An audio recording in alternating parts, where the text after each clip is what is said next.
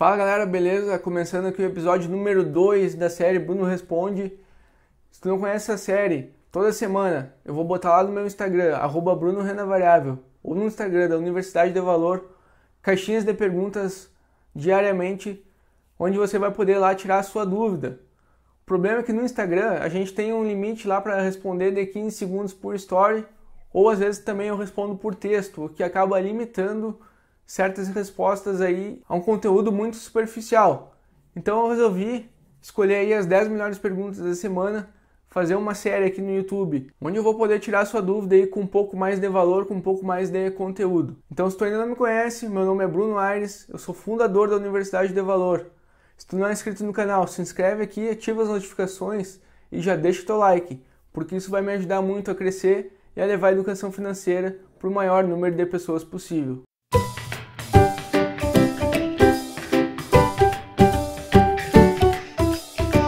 Então vamos à pergunta número 1. Tenho dúvidas sobre o Tesouro Pré-Fixado e IPCA. Pode explicar?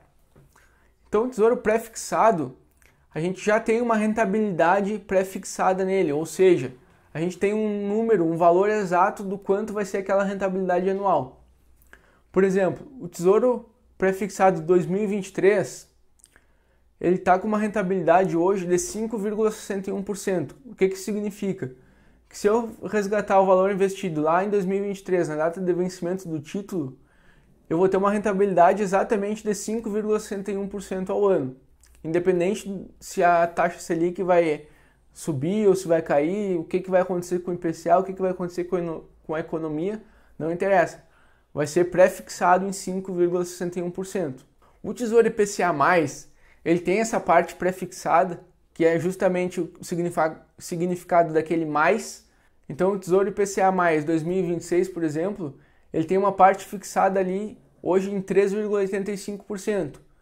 E a outra parte é justamente atrelada à inflação, ou seja, a tudo aquilo que variar o índice IPCA, que é o índice aí que mede a nossa inflação, que mede o nosso poder de compra. Então o IPCA+, é um híbrido entre um título pós-fixado e um título pré-fixado. Pergunta número 2. Como montar uma estratégia pensando no longo prazo?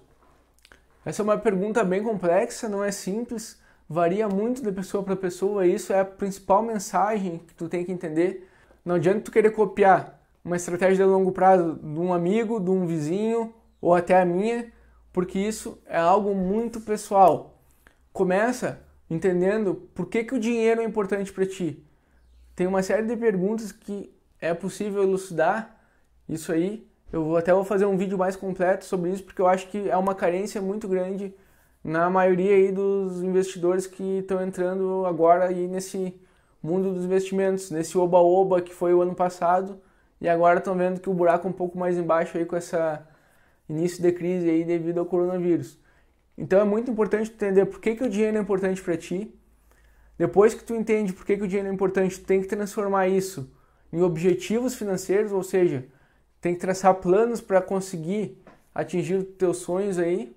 E diante desses objetivos, tem que ver a tua capacidade poupadora, ou seja, tu vai ter objetivos de curto, médio e os de longo prazo. Então a tua capacidade poupadora tem que ser capaz de conseguir mesclar esses 3 tipos de objetivo. E nos de longo prazo, a gente consegue investir aí em todas as classes de ativo, seja tanto de renda fixa quanto de renda variável.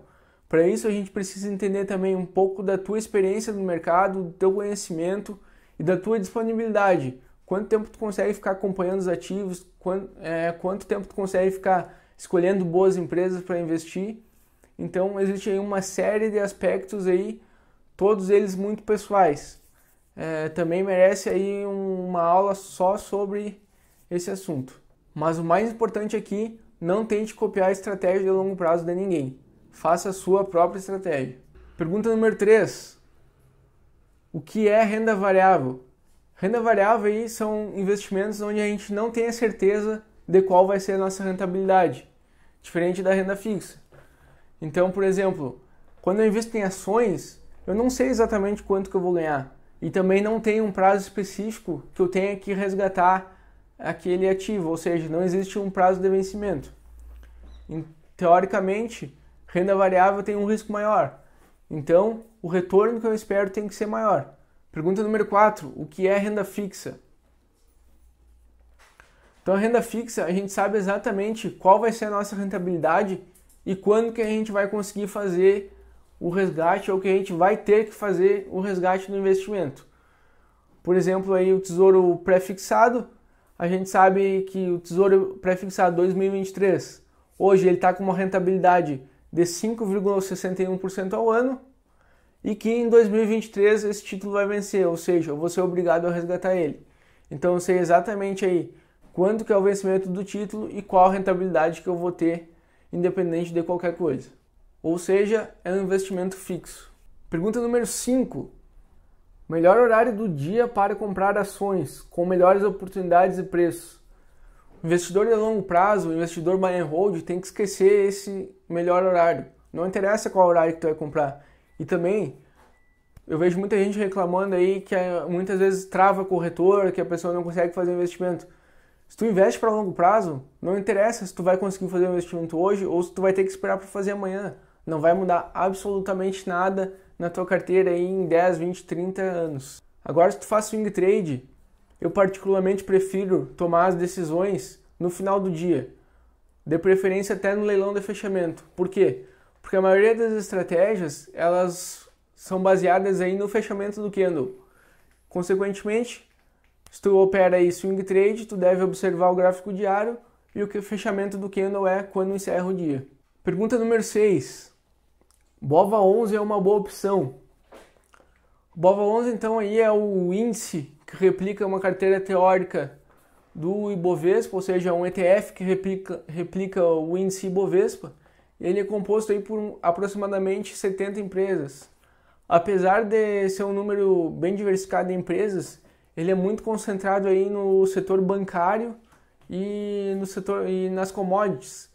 Então, se eu fosse investir no BOVA11, eu colocaria junto com ele também o Small 11, que é um índice de small caps, tem uma diversificação um pouco melhor, na minha opinião. Ele tem um pouquinho mais de risco por ser empresas aí menores, menos consolidadas no mercado, mas eu acredito que faria uma mescla boa aí com o BOVA11 em termos de diversificação. Pergunta número 7. Você usa stop loss e stop gain para investir? O investidor de longo prazo, o investidor buy and hold, não tem que usar nenhum tipo de stop na hora de investir.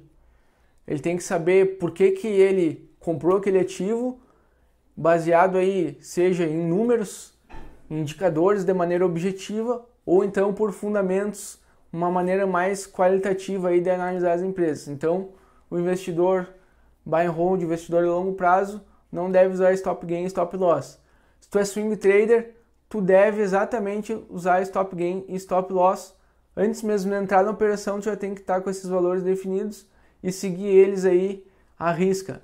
Não botar o emocional no jogo, ser também uma maneira aí totalmente objetiva. Pergunta número 8. Quero começar a investir com pouco dinheiro, mas não sei por onde começar. Começa por aqui, pelo meu canal no YouTube, pelo meu Instagram, Bruno Renda Variável, e também pelo Instagram de diversos outros educadores financeiros, aqui no YouTube também. Quando eu comecei a investir, quando eu comecei a estudar, eu usava muito o YouTube, aprendi. Toda a minha base de estudos foi conteúdo gratuito no YouTube e no Instagram. E outra coisa também, não adianta ficar só na teoria. Então abre uma conta aí numa corretora que tenha corretagem zero para ações aí, que tem a Clear e o Banco Inter. Abre a conta na corretora e já começa. Não é investir todo o pouco que tu tem, mas escolhe aí 2, 3 ações, compra uma cota de cada uma e bota teu pezinho lá. À medida que a gente se expõe a certas situações, a gente tende a dar mais valor para elas, ou seja, à medida que tu comprou essas 1, 2 cotas aí de cada uma dessas empresas, a tua prioridade vai ser estudar sobre investimentos, vai ser estudar sobre o que pode acontecer com aquilo ali. Então, é uma boa maneira aí de tu aliar a teoria com a prática e foi exatamente isso que eu fiz quando eu comecei. Pergunta número 9. com quanto devo começar a investir em ações? Então começa com pouco, mesmo que tu tenha aí um montante muito bom para investir, ou seja, um montante relevante de acordo com o teu patrimônio para investir, é bom tu começar com pouco e estudando cada vez mais. Mesmo que tu tenha aí muita teoria já na mente, o verdadeiro conhecimento vem com a prática aliada. Então começa investindo com pouco, dilui esse teu montante aí que tu tem para investir e assim tu vai começar a ter mais experiência e a também diminuir os erros aí, e se errar com pouco e corrigir o mais rápido possível. Por fim, pergunta número 10. Estou certo em focar em ações que pagam bons dividendos?